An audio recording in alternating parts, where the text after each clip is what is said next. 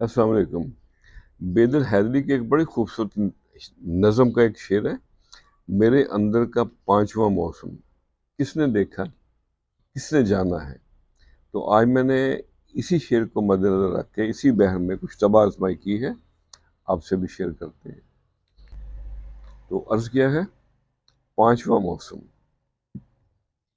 होंगे सुंदर चारों मौसम, ये पांचवा मौसम सुहाना है। हिजर कहीं और कहीं फराक, ये किस्सा बड़ा पुराना है। कहीं गैर भी हो गए अपने, कहीं यार अभी मनाना है। ये पांचवा मौसम सुहाना है। और आज और कल के सारे चक्कर, हर रोज नया बहाना है। जाने वाले तो दूर गए, बेसूद नीर बहाना है। मन में अपने क्या छुपा है, मन में अपने क्या छुपा है, समझा ना कोई जाना है। ये पांचवा मौसम सुहाना है। और यादों ने भरी तिजोरी अपनी, दिल में छुपा खजाना है।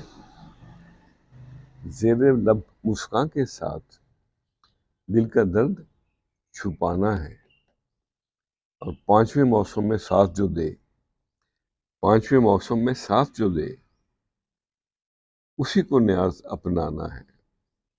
होंगे सुंदर चारों मौसम, ये पांचवा मौसम सुहाना है। खुश रहे और सबके साथ आसानियों का सबब बने। अस्सलाम वालेकुम।